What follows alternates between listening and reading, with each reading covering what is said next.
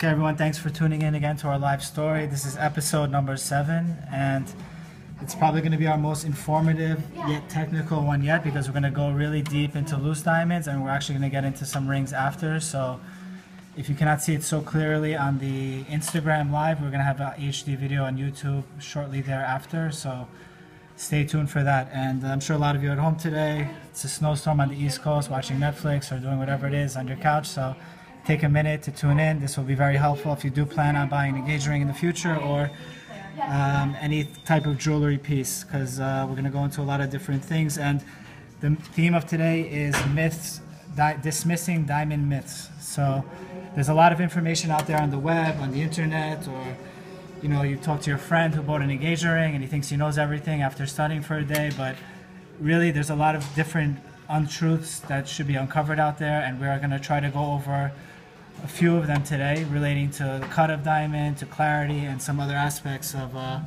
engagement rings. So today we're going to get right into it. We're going to start with the first one, which is carat weight equals appearance. This is false. All of these are going to be false. So carat weight does not equal appearance. Carat weight is only a measure of, when you put it on the scale, how much it weighs. So to relate it to someone in real life, you can have someone who's 6'2" and he weighs 210 pounds. And you can have someone who's 5'5" and he weighs the same amount. They're obviously not going to look the same. So to put it into diamond terms, we prepared some options for you today to look at. And we're going to talk first about these two. These are two oval diamonds. Both weigh about the same for all intents and purposes. This is the same weight. 2.01 or 2.04 are pretty much the same. So this one is a 2.01 H-color VVS2. And the other one on its left is a 2.04 FVS1. On paper, they might both look excellent, beautiful VVS2, the clarity, wow, it's amazing. And you can even look at the cert, and we'll just kind of scroll over to that really quick. You'll see that this is the 2.01. This is the heavy stone. So right away you'll see it's VVS2, has excellent polish, very good symmetry, but that doesn't tell you the whole story. You have to kind of go up and look at the dimensions. Now, dimensions is due to how it's cut. So this stone is very heavy, and its measurements are 9.32 millimeters by 7.24. Now, coming back to the diamond over here, that means the length. So the length of this shorter stone is only 9.3 millimeters this way, and it's 7.2 across. Across, it's pretty much a good standard dimension, but the length is very short. It's not going to look like its weight. It looks like a diamond that weighs 1.7 carats. The other stone that we prepared is one that we actually have in stock. The other one we actually called in. It's not the kind of diamond we would normally sell. We like to do spreadier stones that have all their dimensions on the surface, that give you a big look, still have a nice sparkle. This one, 2.04 FVS1, and I'm just going to pull out the cert for this one. It has 10.2 millimeters on the length and 7.25. So across the center it's the same, but you'll see this is almost a full millimeter larger, even though they weigh the same. How is that possible, you might say? Is because it's a little bit less on the depth side. Now, it's not too shallow. It has a depth of 58%. The other one was 62. It doesn't sound like a big difference, but there's other extra added weight there. It could be on the girdle. It could be some other technical aspect about it, but it just goes to show you that even though two things can weigh the same, they look nothing alike. Obviously, the one that looks bigger is much more desirable for an engagement ring. It's going to give you a fuller look on the hand. It's going to fill out the ring. Let me just put it on the holder. I'm going to put them side by side for you quickly and see if we can just get a little bit clearer. So remember, this one on this hand is the spreadier one. You can tell it looks much bigger. Looks like about a half carat bigger. But once again, carat weight doesn't determine how big it's going to appear. So just take a look. This one is the heavier one on your left, on my right. And you'll see that's why you can't just go by the color, clarity, and say, wow, this is a great deal, let me buy it. You have to look at all the factors and kind of put everything together. Just try to get the right angle there. And now I'm just going to show you that I'm not lying to you. I'm going to put them on the scale, and you'll see that they do in fact weigh about the same. So 2.04, like I said, and 2.01. So carat weight, remember, it's only an indication of size. It's how much it weighs when you put it on the scale. It has nothing to do with how big it's going to look in person or how well the diamond is cut.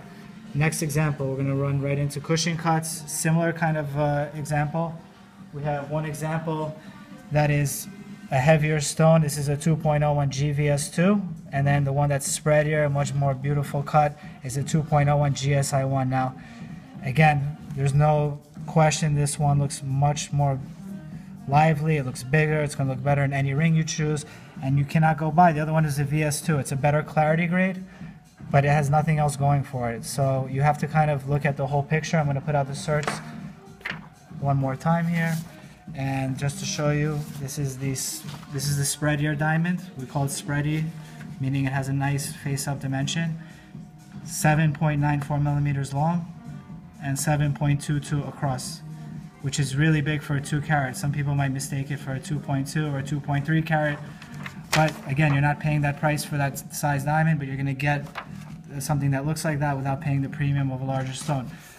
Let's track over to this one, the VS2. Remember, the other one was 7.94. This one here is 7.13. So it's really a big difference. So remember, this is the telling factor, 7.13, and again 7.94. So you have to look at the whole picture. Don't just go by the color and the clarity. Look at everything. Even though this one is an SI1, this is probably, it might be a more expensive diamond because it looks better. It's not just about what it says on the paper. So I think that gives a good breakdown. I just want to show one more thing about these diamonds. I'm going to try to show you from the side angle how they look, how the cut is a little bit different, how one is going to be spreadier. Need a little tweezer. So let's just look. I'm going to hold them still. The one on this hand, on my left hand, on your right, probably is going to be much more exact cut. You'll see it doesn't have like a heavy top. It doesn't have all that wasted weight underneath or in the crown. Can you zoom in, Tony? Can you zoom in on that a little bit? Okay. Okay. So you'll see anyway, this one just looks a little bit, this one that I just shook, it looks a little bit top heavier. Just a little tray without those things? Just like this? Yeah.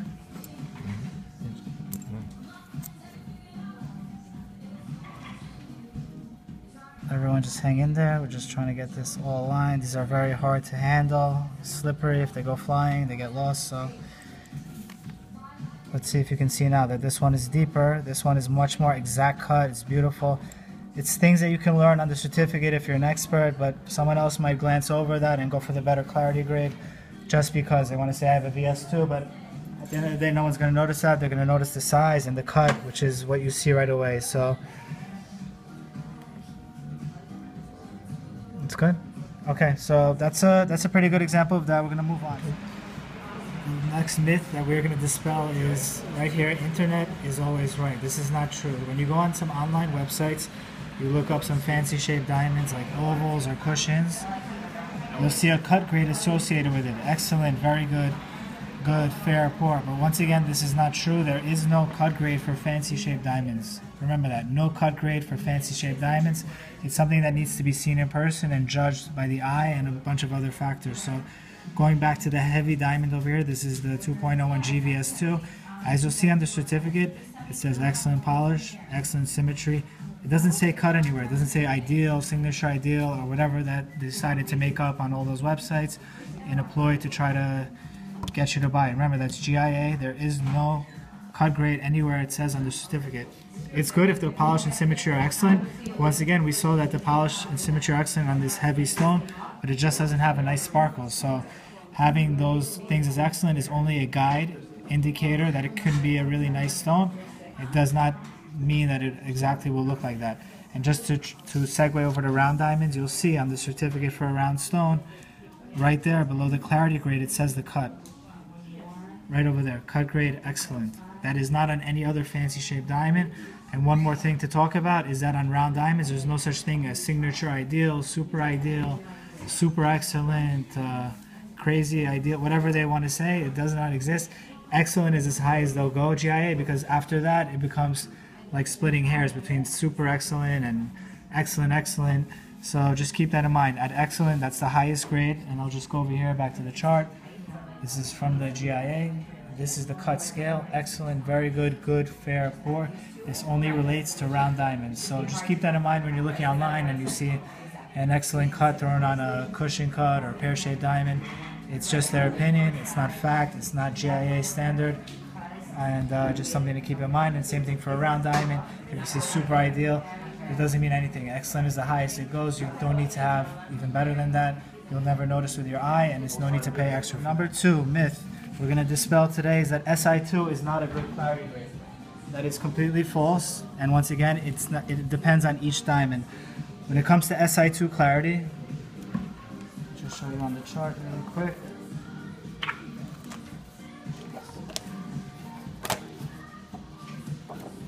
Let's just go over to the chart really quick. Si2 is here.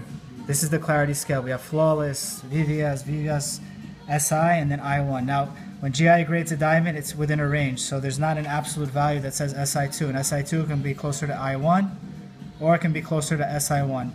Now, once again, it's very hard to determine that from a certificate or by what someone tells you. You have to see it in person, or you have to work with a diamond expert like we are at laurenb, who's going to make sure that you get one that looks very clean and crisp.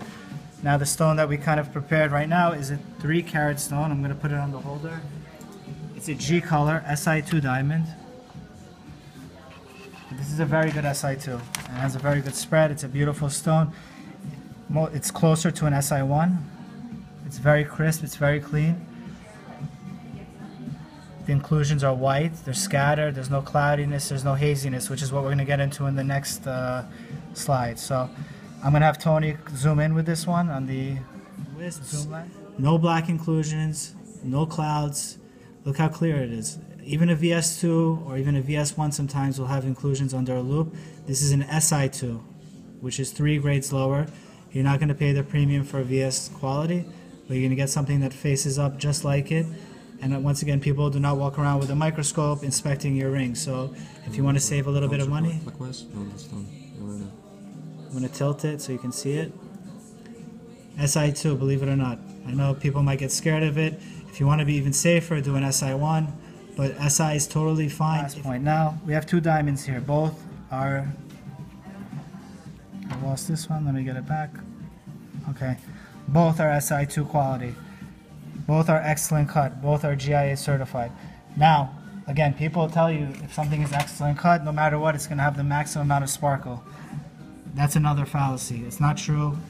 It has to depend on the clarity of the diamond as well. Now, if a diamond is too many inclusions, it's not going to sparkle. So this one here is a milky stone. That's what it's called. Look at it. It doesn't sparkle. It looks like it has a grayish tint to it. Has no life coming out of it. And the other one on the other side, nope, that's wrong, is a same clarity grade, same cut grade, same everything, but it has a much brighter sparkle to it. Why is that? Because the inclusion pattern is much better in it. It doesn't have any saturation of clouds in it, so it really sparkles freely. You can even pick that up on a camera. That's good. If you see it in person, you would notice it even more. And I'll show you that this is the certificate for the one that's hazy. You call it milky, cloudy. There's a few different terms for it. It just looks dead. You definitely don't want to buy a diamond like this. It's the worst thing you can have. It's worse than having a lower color. It's worse than having a big black inclusion in the center. It has a lot of inclusions there. Also on the comments it says additional clouds, additional wisps. There's a lot going on in this, so the light just cannot get in and out of the diamond freely.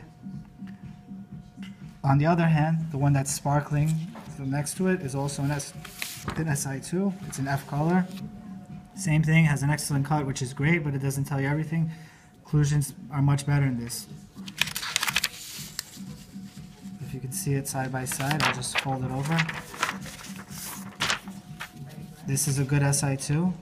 This is the one that's sparkling. This is the one that is hazy and milky. It has a lot more going on in it, and it's something you want to avoid. So remember, excellent cut does not equal sparkle. There's other factors to look at as well.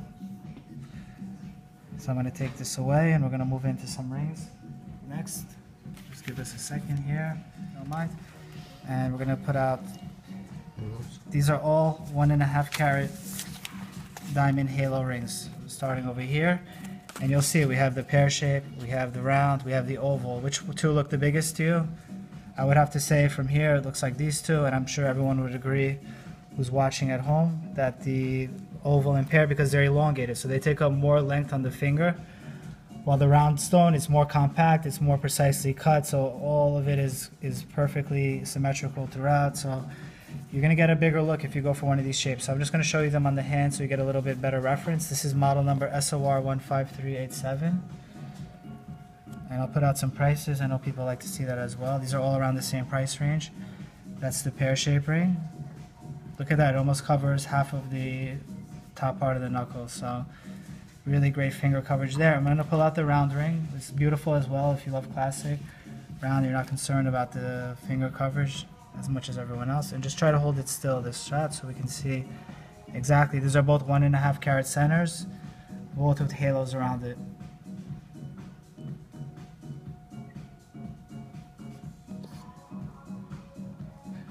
Okay. Okay, and next we're going to show you one more comparison. You can take that off. We'll do an oval versus a round. Now between oval and pear, it can depend on how it's cut or which one's going to look larger. But for the most part, the diamond of the same weight of a round and an oval will look bigger, and a round versus a pear will look bigger, all things being equal. Look, it's not for everyone, that shape or the pear shape or an elongated radiant cut or elongated cushion, so you can kind of choose based on your preference, but that is not true that round diamonds look bigger than everything else. And this was with the halo. I'll show you some rings after without a halo. Style number for them? Yeah, the oval ring is style number SOR 15625. These are all around the same price range because they're all very nice quality center stones and the settings are quite similar.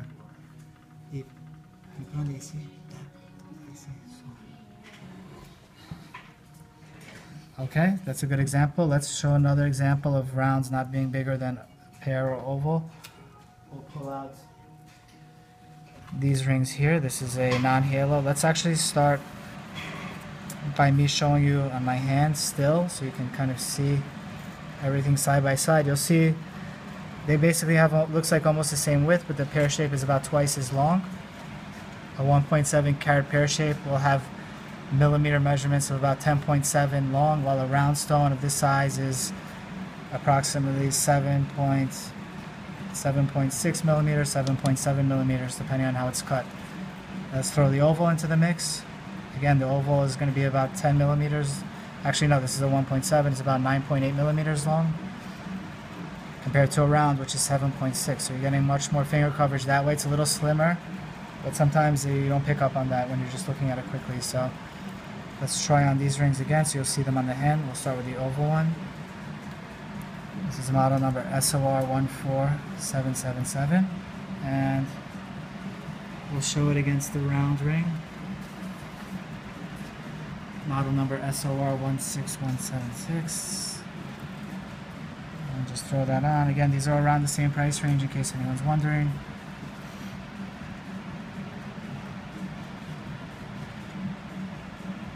Let's go. And let's just put a third one on at the same time so we can kind of compare all three. That's model number SOR 16181. This is actually a new ring we just put on the website. It's a real beauty. It's a pear shape with a lot of PAVE detailing the basket, but we're not really talking about the settings here, but look it up online. I'm sure you'll love it.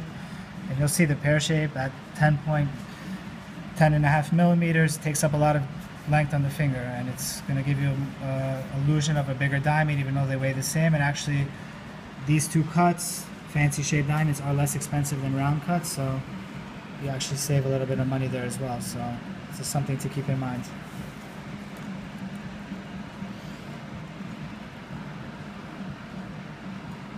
Good. Okay, moving along, we're about 2/3 of the way done, so just hang in there. We're going to talk about PAVE. Sometimes people think PAVE refers to being delicate. That's not true. PAVE is just a way of setting diamonds. You can have PAVE that is up to 4 or 5 millimeters thick. So just to give you one example, this is this engagement ring set. This is 2.4 millimeter wide bands.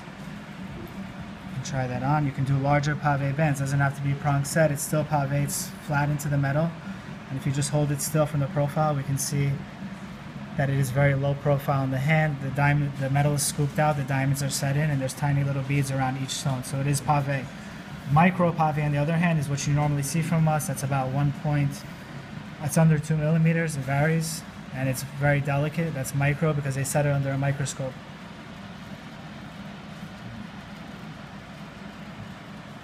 Now, just to show you how extreme we can get with this, we're just trying some thicker eternity bands. This is 3.8 millimeters wide PAVE. So if you like something very low profile and you want a larger stones, you can do a large pave band. A lot of people don't know about this. They pick those U-shaped ones or the basket setting ones that sit up higher on the hand.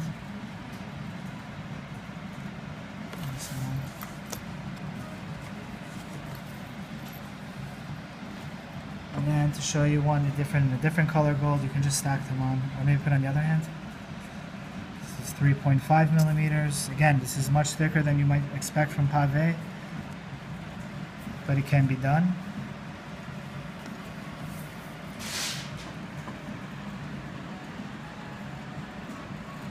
And then just, you can take off the first one. I'll show you this one. This is probably as extreme as you get. This is probably 20 points each stone.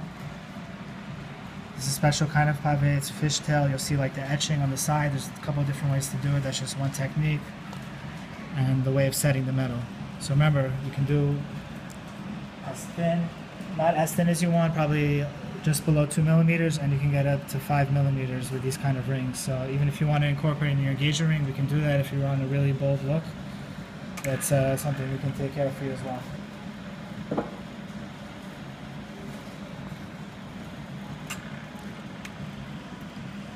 Okay, now we're going to get into some more rings. This is going to talk about that engagement ring has to be a diamond. I think we kind of covered this already, but we're just going to reiterate it.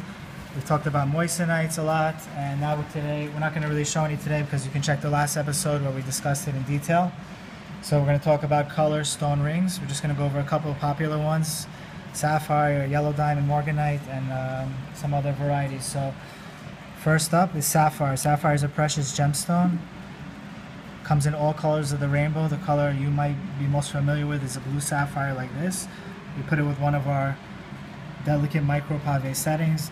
It goes as an engagement ring. If you don't want to wear it as an engagement ring, it can be a fashion ring, it could be an anniversary ring, it could be anything you like. But look how classic it looks. If you remember, Princess Diana's ring is a sapphire, so if the princess or queen of England can do it, so can we.